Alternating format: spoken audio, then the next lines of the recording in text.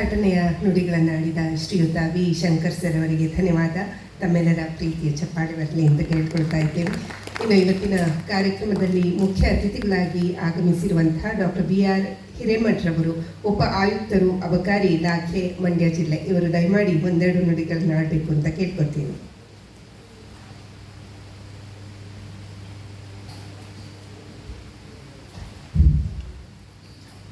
ಪ್ರಾತಸ್ಮರಣೀಯರಾದ ಬಸವಾದಿ ಪ್ರಮಥರನ್ನ ರನ್ಮಂದಿರದಲ್ಲಿ ಸ್ಮರಿಸಿ, ಬಹುಶಃ ಎಲ್ಲರಿಗೆ ಟೈಮ್ ಆಗೈತಿ ಅನ್ನೋದನ್ನ ಗಮನದಲ್ಲಿ ಇಟ್ಕೊಂಡು ನಾವು ಒಂದೊಂದು ಗಂಟೆ ಮಾತಾಡೋರೆ. ಬಹುಶಃ ಎಲ್ಲರೂ ಮಾತಾಡುವುದನ್ನ ಅಚ್ಚುಕಟ್ಟಾಗಿ ನಮ್ಮ ಹೆಮ್ಮೆಯ ಜಿಲ್ಲಾಧಿಕಾರಿಗಳಾಗಿ ಕಾರ್ಯನಿರ್ವಹಿಸಿ ನಿವೃತ್ತಿ ಅಂಚಿನಲ್ಲಿ ಅವರು ಕರ್ನಾಟಕ ಸರ್ಕಾರದ ಕಾರ್ಯದರ್ಶಿಗಳಾಗಿ ಅವರು ನಿವೃತ್ತಿಯನ್ನು ಹೊಂದಿದರು. ಅವರೇ ಹೇಳಿದಂತೆ ಈ ವೇದಿಕೆಯನ್ನು ಉದ್ಘಾಟನೆ ಮಾಡಿರ್ತಕ್ಕಂಥ ಶಂಕರ್ ಸರ್ಗೂ, ಅವರ ಸರಳ ಮತ್ತು ಸಜ್ಜನಿಕೆಯ ಹಾಗೂ ದಕ್ಷತೆ ಆಡಳಿತವನ್ನು ಹೇಗಿರಬೇಕು, ಬಹುಶಃ ನನಗನ್ಸುತ್ತೆ ಬೆಂಗಳೂರು ಜಿಲ್ಲಾಧಿಕಾರಿಯಾಗಿ ಇವರು ದಾಖಲೆಯನ್ನು ನಿರ್ಮಾಣ ಮಾಡಿದ್ದಾರೆ. ಅವ್ರ ನಂತರದವ್ರು ಯಾರೂ ಆಗಲಿ ಅಥವಾ ಅವ್ರಿಗಿಂತ ಮುಂಚಿರೋರು ಯಾರು ಬೆಂಗಳೂರು ಜಿಲ್ಲಾಧಿಕಾರಿಗಳಾಗಿ ಇಷ್ಟು ಕಾರ್ಯನಿರ್ವಹಿಸಿದವರು ಇಲ್ಲ. ಸಾಹೇಬರೇ ಅದನ್ನು ದಾಖಲೆಯನ್ನು ನಿರ್ಮಾಣ ಮಾಡಿದ್ದಾರೆ. ಅದರ ಹೆಮ್ಮೆ ಏನಂದರೆ ಅವರು ಮಾಡಿದಂಥ ಕಾರ್ಯವೈಖರಿ ಎಲ್ಲರಿಗೂ ಚಿತ್ರಣ ನಮ್ಮ ಮುಂದೆ ಇದ್ದದಕ್ಕೆ ಅಂದಿನ ಮುಖ್ಯಮಂತ್ರಿಗಳು ಅವರೇ ಮುಂದುವರಿಲಿ ಅನ್ನೋದನ್ನು, ಅಂದರೆ ಸಿದ್ದರಾಮಯ್ಯ ಸಾಹೇಬರು ಇವರಿಗೆ ಇಲ್ಲ ಸ್ವಲ್ಪ ಗಟ್ಟಿ ನಿರ್ಧಾರ ತಗೋತಾರೆ, ಹಂಗಾಗಿ ಅವರೇ ಮುಂದುವರಿಲಿ ಅನ್ನೋದನ್ನು ಅವರು ಮುಂದುವರಿಸಿದರು. ಹಾಗಾಗಿ ಜಿಲ್ಲಾಧಿಕಾರಿಗಳಾಗಿ ತಮ್ಮ ಸೇವೆಯ ಬಗ್ಗೆ ಅವರು ಹೇಳಿದ್ದಾರೆ. ಈ ಕಾರ್ಯಕ್ರಮದ ಉದ್ಘಾಟನೆಯನ್ನು ಮಾಡಿದರೆ ಅವರಿಗೆ ನನ್ನ ಅನಂತ ಪ್ರಣಾಮಗಳನ್ನು ಸಲ್ಲಿಸ್ತೀನಿ. ಅಂದರೆ ವಂದನಾರ್ಪಣೆ ಹೇಳ್ತಾ ಇಲ್ಲ, ಅವರಿಗೆ ಈಗ ನಾನು ನಮಸ್ಕಾರಗಳನ್ನು ಹೇಳ್ತಾ ಇದ್ದೀನಿ. ಇನ್ನು ಮೇಲೆ ಚಾಲು ಮಾಡ್ತೀನಿ. ಒಬ್ಬೊಬ್ಬರದೇ ಹೆಸರು ಹೇಳೋ, ಅವರ ವಿಸ್ತರಣೆ ಹೇಳೋ ಬೇಡ ಅಂತ ಅನಿಸುತ್ತೆ. ಯಾಕಂದರೆ ವೇದಿಕೆ ಮೇಲೆ ಇರುವಂಥ ಎಲ್ಲ ದಿಗ್ಗಜರೇನಿದ್ದಾರೆ ಒಂದೊಂದಕ್ಕೂ ವೈಶಿಷ್ಟ್ಯವನ್ನು ಹೊಂದಿರತಕ್ಕಂಥವ್ರು. ಬಹುಶಃ ಗಾಂಧಿವಾದಿಗಳನ್ನು ಏನಾರು ನೀವು ರಾಜ್ಯದಾಗ ನೋಡಬೇಕು ಅಂದರೆ ಅದು ಉಡುಪಿ ಕೃಷ್ಣ ಸರ್ನ ನೋಡಬೇಕು. ಅವ್ರು ಹೇಳ್ದಂಗೆ, ಮುರಳಿ ಅಣ್ಣ ಹೇಳ್ದಂಗೆ, ನಾವು ದಿವಸ ಒಂದೊಂದು ಅಂಗಿ ಬೇರೆ ಬೇರೆ ಹಾಕೋತೀವಿ, ಅವ್ರು ಹಾಕೊಳ್ಳೋದಿಲ್ಲ. ಬರೀ ಅಂಗಿ ಹಾಕೋತೀವಿ ಅಂತಿಲ್ಲ, ಅವರ ನಡತೆಯಲ್ಲೇನು ಹಾಗೆ. ನಮಗೆ ಬಂದಂತೆ ನಾವು ನೋಡಿದಂತೆ ಉಡುಪಿ ಕೃಷ್ಣ ಸರ್ ಒಂದು ದಿವಸನೂ ಕೋಪ ಮಾಡಿಕೊಂಡದ್ದು ನೋಡಿಲ್ಲ. ಅವರ ಶಿಕ್ಷಣ ಸಂಸ್ಥೆಯನ್ನು ಹೇಗಿಟ್ಟಿದ್ದಾರೆ ಅಂತಂದ್ರೆ, ಎಲ್ಲ ಶಿಕ್ಷಣ ಸಂಸ್ಥೆಯವರು ಸರ್ ಸಂಸ್ಥೆಗೆ ಹೋಗಿ ನೋಡ್ಬೇಕ್ರಿ, ಹೆಂಗ ನೀವು ಪಾಠ ಕಲಿಸ್ಬೇಕು ಅನ್ನೋದನ್ನ ಎಲ್ಲ ಶಿಕ್ಷಕರಿಗೆ ಇವರೇ ಪಾಠ ತಗೋತಾರೆ ಕರೆಕ್ಟಾಗಿ. ಆ ರೀತಿಯನ್ನ ಅವರು ನಿರ್ಮಾಣ ಮಾಡಿದ್ದಾರೆ. ಯಾರಿಗಾದರೂ ಸರಳ ಸಜ್ಜನಿಕೆಯ ಉತ್ತಮ ಕಾರ್ಯಕ್ರಮಗಳನ್ನು ಮಾಡಬೇಕು ಅಂದ್ರೆ ಎಲ್ಲರೂ ಗಾಂಧಿ ಭವನಕ್ಕೆ ಹೋಗ್ತಾರೆ, ಅದು ಸರ್ ಹತ್ರನೇ ಕೇಳ್ಕೊತಾರೆ. ಅಂದ್ರೆ ಬೇರೆ ಕಡೆಗೆ ಏನು ಕಾರ್ಯಕ್ರಮ ನಡೀತವೆ, ಗಾಂಧಿ ಭವನದಾಗ ಆಗೈತಿ ಕಾರ್ಯಕ್ರಮ ಅಂದ್ರೆ ಅದು ವಿಭಿನ್ನವಾಗಿ ಇರ್ತೈತಿ, ಸರಳತೆಗೆ ಇರ್ತೈತಿ, ಸ್ಪಷ್ಟತೆಗೆ ಇರ್ತೈತಿ ಮತ್ತು ನಿಚ್ಚಳವಾಗಿರ್ತೈತಿ ಅಂತ ಉಡುಪಿ ಕೃಷ್ಣ ಅವರು ಈ ವೇದಿಕೆ ಮೇಲಿದ್ದಾರೆ. ಅವರು ಈ ಕಾರ್ಯಕ್ರಮದ ಅಧ್ಯಕ್ಷತೆಯನ್ನು ವಹಿಸಿದ್ದಾರೆ. ಒಂದು ವೈಶಿಷ್ಟ್ಯಪೂರ್ಣ ಸಮಾರಂಭಕ್ಕೆ ಜಾಣಗೇರಿ ವೆಂಕಟರಮಣಯ್ಯ ಸರ್ ಸರಳತೆಯನ್ನ ನೀವು ನೋಡಿದಿರಿ. ಅವರ ಸಾಹಿತ್ಯ, ಸಾಂಸ್ಕೃತಿಕ, ಪತ್ರಿಕೋದ್ಯಮ, ಅವರು ದಿಗ್ಗಜತನವನ್ನ ನಾವು ಅಳತೆಗೋಲು ಮಾಡಲಿಕ್ಕೆ ಸಾಧ್ಯ ಇಲ್ಲ. ಬಹಳ ಜನರನ್ನ ನಾವು ಹಿಂದೆ ಕುವೆಂಪು ನೋಡಿವಿ, ಅವ್ರು ನೋಡಿ, ಇವ್ರು ನೋಡಿವಿ ಅಂತೇಳಿ ಹೇಳ್ತಿದ್ರು. ಅವರ ಇವುಗಳನ್ನು ನಾವು ಕೇಳ್ತಾ ಇದ್ವಿ. ಆದರೆ ಸರಳ ಸಾಹಿತ್ಯವನ್ನ ಜನ ಮಾನಸಕ್ಕೆ ಹೋಗುವಂತೆ ಮುಟ್ಟಿಸಿದ ಪತ್ರಕರ್ತರು ಅಂತಂದ್ರೆ ಅದು ಜಾಣಗೇರಿ ಸರ್ ಅನ್ನೋದನ್ನ ನಾವು ಮರೆಯುವಂತಿಲ್ಲ. ಅಂಥವರು ಈ ವೇದಿಕೆಗೆ ಇವತ್ತು 50ನೇ ವರ್ಷದ ಕಾರ್ಯಕ್ರಮಕ್ಕೆ ಬಂದಿದ್ದಾರೆ. ಅದು ನಮ್ಮ ಭಾಗ್ಯ. ಅವರಿಗೆ ನನ್ನ ಪ್ರಣಾಮಗಳನ್ನು ಸಲ್ಲಿಸ್ತೇನೆ. ಈಗ ಹಾಗೇನೆ ಈಗ ಎಲ್ಲರೂ ದಿಗ್ಗಜರಿ, ಇವ್ರದ್ದು ಒಬ್ಬೊಬ್ಬರದ್ದು ಹೇಳ್ತಾ ಕುಂತಾರೆ, ಮತ್ತು ನೀವು ನನಗೆ ಸಿಟ್ಟು ಮಾಡ್ತೀರಿ. ಆದ್ರೆ ಹೇಳದೆ ಹೋದ್ರೂ ತಪ್ಪಾಗುತ್ತೆ. ಶಂಕರ್ ಸರ್ ಎಲ್ಲರ ಬಗ್ಗೆನೂ ಹೇಳ್ಬಿಟ್ಟಿದ್ದಾರೆ.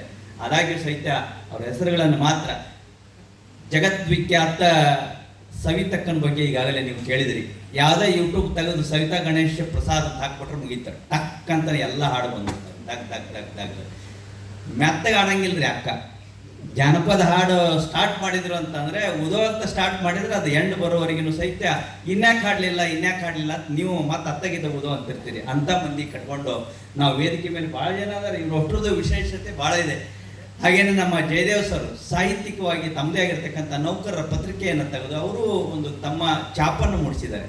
ಅಂದರೆ ಒಬ್ಬೊಬ್ಬರದೇ ನಮ್ದೊಂದು ಈ ಹಂಸ ಜ್ಯೋತಿ ಅಂದ್ರೇನ್ರಿ, ಮನಿ ಮಗಳು ಬೀಗ್ತೆಲ್ಲ ಅವು ಆಕಳ ಹಾಲು ಹೈನಲ್ಲ, ಹಂಸ ಜ್ಯೋತಿ ಕಾರ್ಯಕ್ರಮ ನಾವು ಅತಿಥಿಗಳಲ್ರಿ, ಸುಮ್ಮನೆ ನಮ್ಮ ಹೆಸರು ಇದ್ದೇ ಇರ್ತೈತಿ ಫಿಕ್ಸ್. ಆಕಳ ಹಾಲು ಹೈನಾಗಲ್ರಿ, ಎಮ್ಮಿದಾದ್ರೆ ಹೈನ್ ಆಕೈತಿ.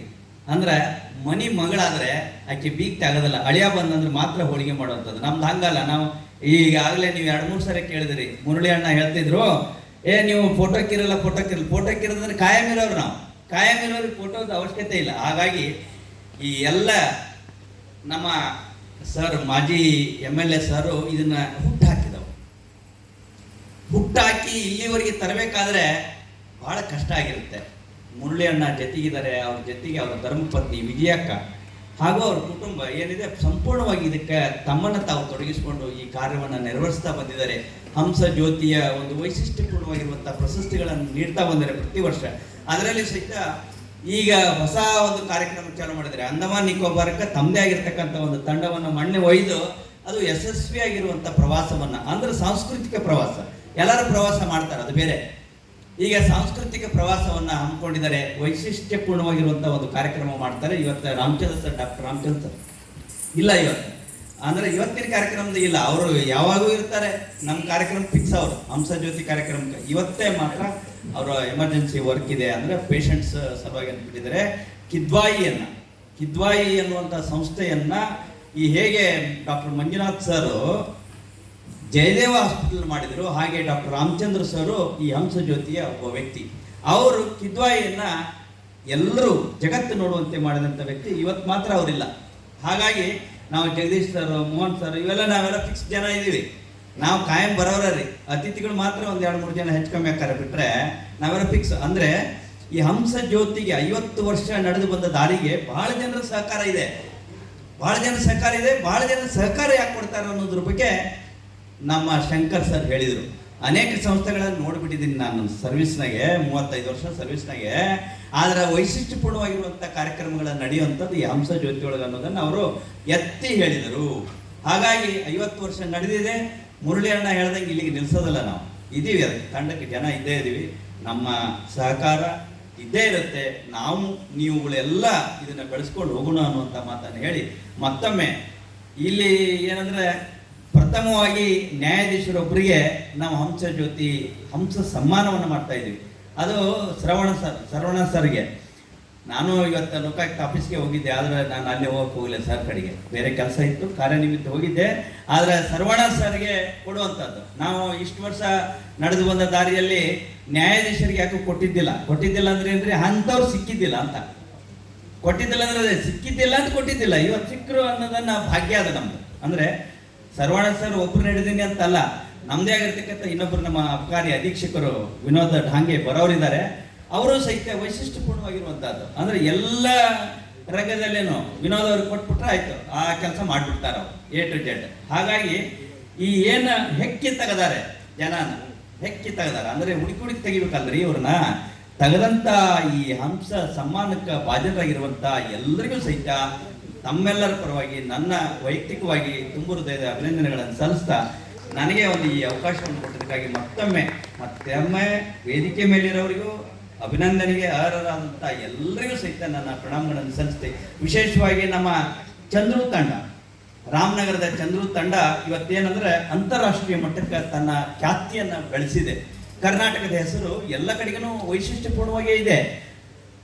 ನೀವು ನೋಡಿದ್ರೆ ನರೇಂದ್ರ ಮೋದಿ ಅವರಿಗೆ ಏನೋ ಎಲ್ಲೋ ಹೋದ್ರೆ ಆ ರಾಷ್ಟ್ರಕ್ಕೆ ತೋರಿಸ್ತಾರಲ್ರಿ, ಅಲ್ಲಿಯ ಸಂಸ್ಕೃತಿಯನ್ನು ಬಿಂಬಿಸ್ತಾರೆ. ನಮ್ಮ ಚಂದ್ರಣ್ಣಂದು ಬಹುಶಃ ಡೊಳ್ಳು, ಇಲ್ಲಿಯ ಜನಪದ ಕಲೆ ಅಂತ ಏನಿದೆ ಅದು ಅಂತಾರಾಷ್ಟ್ರೀಯ ಮಟ್ಟದೊಳಗೆ ಎಲ್ಲ ರಾಷ್ಟ್ರನೂ ಮುಟ್ಟಿದ್ದಾರೆ ಅವರು ಆಗ್ಲೇ. ಅಂತ ಒಂದು ಕಲೆಯನ್ನ ನಮ್ಮಗಳ ಮುಂದೆ ಮುರಳಿ ಅಣ್ಣ ಅದನ್ನ ಬಾರಿಸಿ ಎಲ್ರಿಗೂ ಸಹಿತ ನಿಮ್ಗೆ ಅನ್ಸುತ್ತೆ ಸೀಟ್ ಖಾಲಿ ಅದಾವ. ಈಗ ಸೀಟ್ ಖಾಲಿ ಅಲ್ರಿ. ಗಾಯನದವರು ದಿಗ್ಗಜರ ಹಾಡಿ ಹೋಗ್ಬಿಟ್ಟಿರೋ, ಅದೇನಾಗುತ್ತೆ, ಅವ್ರು ಹಾಡ್ತಾರೆ, ಮತ್ತೆ ಅವರು ಮುಂದೆ ಕಾರ್ಯಕ್ರಮಗಳಿರ್ತಾ ಹೋಗಿರ್ತಾರೆ. ಅವುಗಳನ್ನು ಆಲಿಸಿದಂಥ ಜನನೂ ಇದ್ದಾರೆ, ಅವುಗಳನ್ನೆಲ್ಲ ಕೇಳಿದಂಥ ಜನ ಇದ್ದಾರೆ. ಅವರಿಗೂ ಸಹಿತ ನಾನು ಅಭಿನಂದನೆಗಳನ್ನು ಸಲ್ಲಿಸ್ತೀನಿ. ಚಂದ್ರು ಅವರ ತಂಡಕ್ಕೆ ಅಭಿನಂದನೆ ಸಲ್ಲಿಸ್ತೀನಿ. ಈ ಕಾರ್ಯಕ್ರಮ ಆಯೋಜನೆ ಮಾಡಿದಂಥ ಮುರಳಿ ಮತ್ತು ವಿಜಯಕ್ಕ ಅವರ ತಂಡಕ್ಕೆ ಎಲ್ಲರಿಗೂ ಸಹಿತ ಮತ್ತೊಮ್ಮೆ ಪ್ರಣಾಮಗಳನ್ನು ಸಲ್ಲಿಸಿ, ನಾವೆಲ್ಲ ನಿಮ್ಮ ಜೊತೆಗೆ ಇರ್ತೀವಿ ಅನ್ನುವಂಥ ಮಾತನ್ನು ಹೇಳ್ತಾ ಎಲ್ಲರಿಗೂ ಅನಂತ ಧನ್ಯವಾದಗಳನ್ನ ಅರ್ಪಿಸ್ತಾ ಇದ್ದೀನಿ. ಸಿರಿಗನ್ನಡಂ ಗೆಲ್ಗೆ ಭಾರತಂ ಬಾಳಿ.